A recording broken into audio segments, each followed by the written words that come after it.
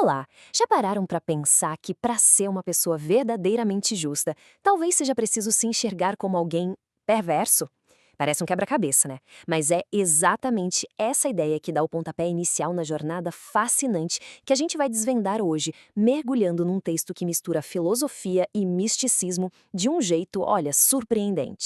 Pois é, essa frase bem intrigante vem do Tânia, um texto fundamental da mística judaica lá do século XVIII. É um paradoxo e tanto, não acha? A ideia de que a verdadeira retidão pode nascer justamente da percepção da própria maldade. Vamos investigar por que essa contradição é tão central e o que ela revela sobre a gente? Então, a grande pergunta é essa: como é que pode alguém justo ser, ao mesmo tempo, perverso? A resposta que a fonte nos dá não está na opinião dos outros, nem na nossa aparência, mas sim numa luta, uma luta constante que acontece bem aqui, dentro da gente. Para a gente decifrar esse enigma, primeiro a gente precisa repensar o que significa ser livre. E se preparem, porque a resposta, como vamos ver, vai na contramão de quase tudo que a gente costuma pensar sobre liberdade. E olha só, a nossa fonte vai buscar ajuda lá no filósofo Immanuel Kant para jogar uma verdadeira bomba no nosso colo. Liberdade de verdade não é fazer o que se quer, é exatamente o oposto. É ter o poder de não ceder aos próprios desejos, de agir com base na razão e não só no impulso. Pensa bem, quando a gente segue todos os nossos impulsos sem nem questionar, quem está no comando não somos nós, mas sim os nossos desejos. A gente vira escravo deles. A liberdade de verdade, a escolha genuína, nasce quando conseguimos dizer não para esses impulsos, em nome de algo maior. E essa batalha interna ganha uma imagem muito, mas muito forte: o nosso Egito pessoal. A libertação que realmente importa não é de um tirano externo, mas da tirania dos nossos próprios impulsos. É uma fuga de uma prisão que nós mesmos construímos por dentro. Agora, segurem-se, porque essa luta interna não é só nossa, não. Ela é, na verdade, um reflexo de como o próprio universo foi construído. É um espelho da dualidade que existe em toda a criação. Esse versículo antigo do livro de Eclesiastes basicamente nos diz que o mundo é feito de opostos. Luz e sombra, bem e mal, dar e receber. É justamente nessa tensão, nesse equilíbrio dinâmico entre forças contrárias, que a vida acontece. De um lado, a gente tem a luz, a generosidade, a conexão. Do outro, o egoísmo, a separação, as kelipot. O universo inteiro é como um grande cabo de guerra entre essas duas forças. E nós estamos bem no meio, sentindo a puxada dos dois lados. E o que são essas kelipots? Pensa nelas como se fossem as cascas de uma fruta. Elas não são o mal em si, mas elas escondem, elas protegem a parte boa, a santidade que existe em tudo.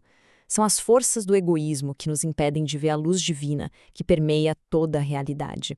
Mas aí é que vem a boa notícia. Mesmo dentro dessas cascas e em toda a matéria, existem faíscas da Shekinah, a presença divina. A santidade está, de certa forma, exilada, só esperando que a gente a encontre e a liberte. Certo? Então, se o universo é essa grande batalha e a santidade está presa nessas cascas, o que a gente faz? É aí que a nossa missão entra em cena. Cada um de nós tem um papel a desempenhar nesse drama cósmico. A nossa tarefa, então, é como a de um garimpeiro espiritual. Não importa o nome que se dê, sabe?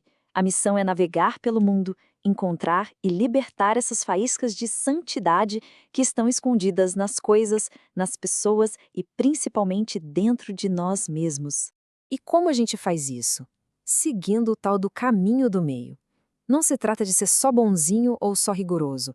É sobre encontrar o equilíbrio perfeito entre a misericórdia e a justiça, entre expandir e restringir, mas sempre com um pezinho na compaixão. Essa frase resume tudo, né? Justiça sem compaixão vira crueldade pura. Mas compaixão sem justiça vira bagunça. O grande segredo, a verdadeira sabedoria, é achar o ponto exato, a harmonia entre os dois.